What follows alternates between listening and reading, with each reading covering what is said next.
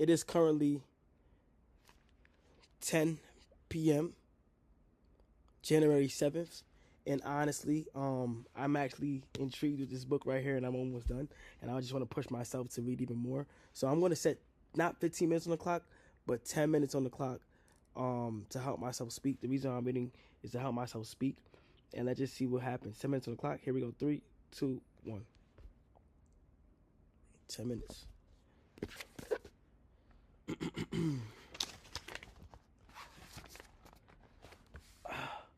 When we're tapped into our intuition and free from blockages that come from thinking, new inspiring thoughts and ideas can freely come through us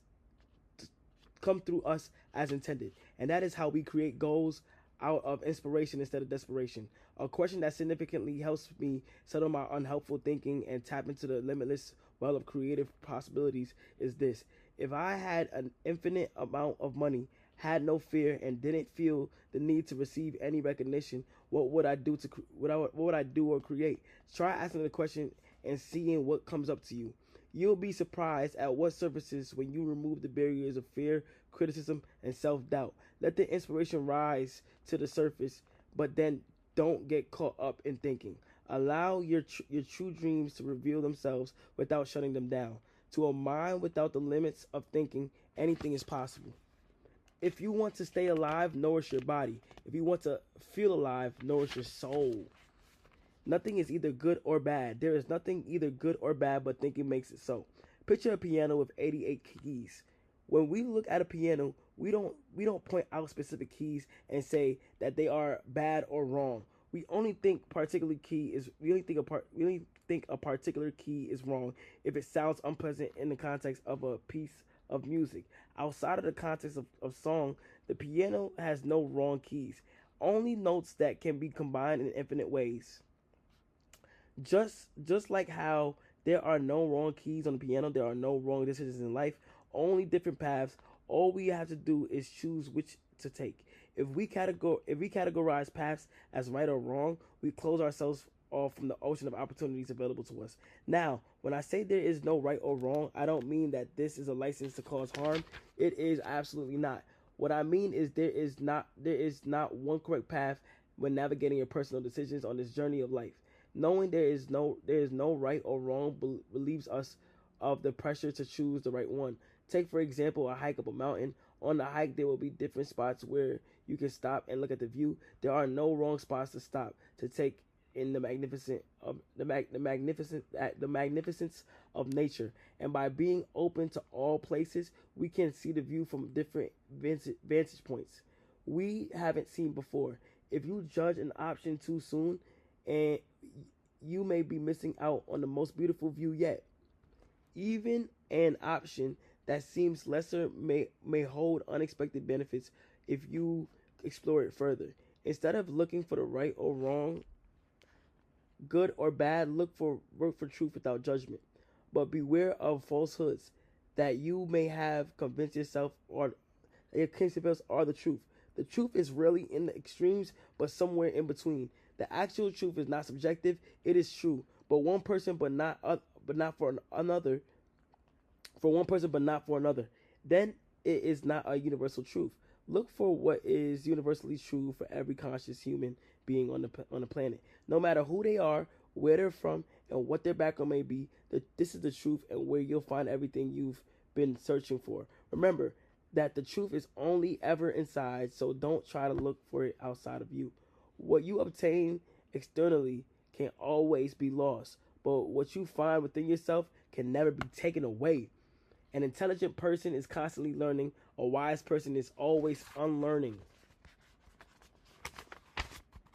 How to follow your intuition.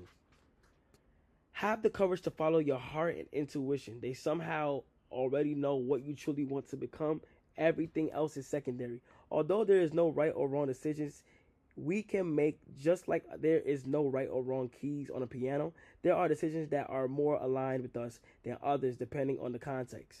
So then so so then how do we choose which path to take when we make decisions? We want to rely on non-thinking.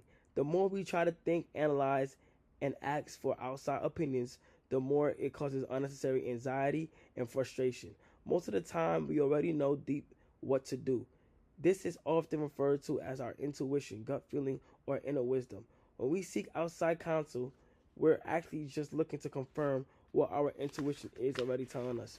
But inviting an outside opinion will more than likely lead to more self doubt. Only you can know what is right for you. No one else can tell you this. There will be mentors and teachers who can offer guidance, but the best ones will tell you to listen to your intuition and look within yourself for the answer. The truth is only ever within you. This is why many of us experience regret after following another's advice. Deep down, we know we shouldn't have ignored our instincts. Your intuition will always lead you to where you need to go. It is a real-time inner navigation system that will tell you when to take a detour and which path to follow if you encounter a roadblock. It will guide you to exactly where you need to go, and the path it takes may surprise you. Do not doubt yourself. Trust that your intuition is bringing you exactly where you need to be. So what does following your intuition look like? When you're following your intuition, you're tapped into something greater than yourself.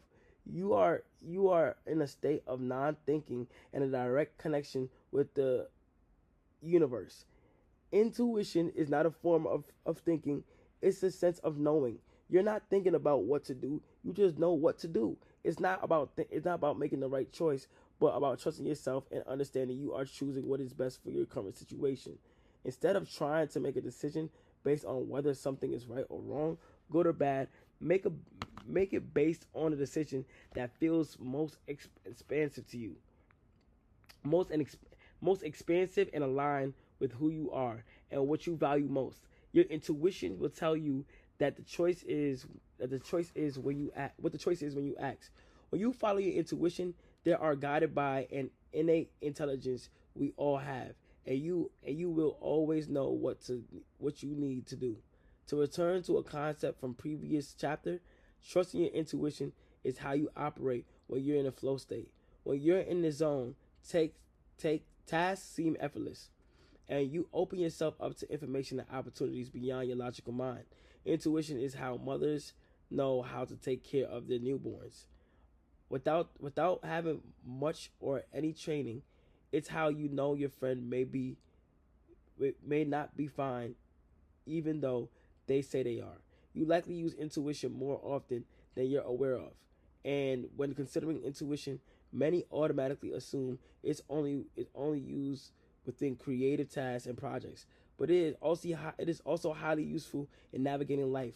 Whenever there may not be an obvious right answer, it is the gut feeling that tells us to leave or start a relationship or job, to move to a new place. It tells us when to marry someone or start a family, what new thing we should try, or which old habit we should stop, and whether to talk to a stranger who might end up becoming a close friend.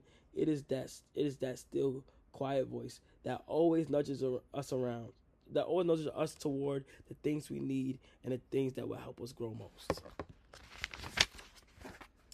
In the moment, fear keeps us where we are. Intuition leads us to who we want to be. This does not mean we should not use our intel, logic, and reason. Rather it is about using them without negative judgment and trusting our intuitive decisions so that we don't end up in a spiral of overthinking and suffering.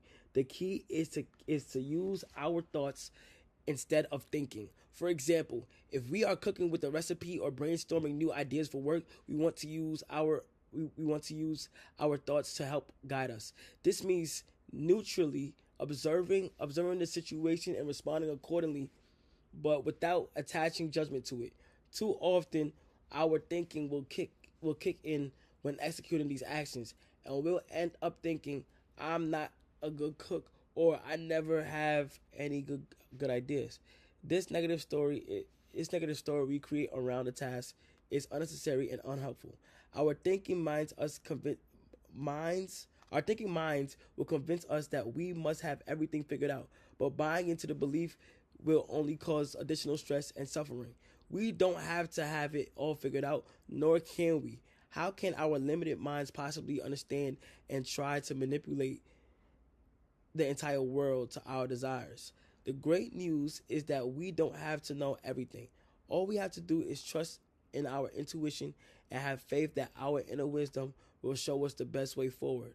When you ask people who are the most abundant, joyful, and successful, know they made it and what led them to make the decisions they did. If you wow, that's crazy. As soon as I looked, 10 minutes, easy. Today we read for 25 minutes total. I'm on page 99. I'm reading to help myself speak better. And yeah, that's twice for the day. Later.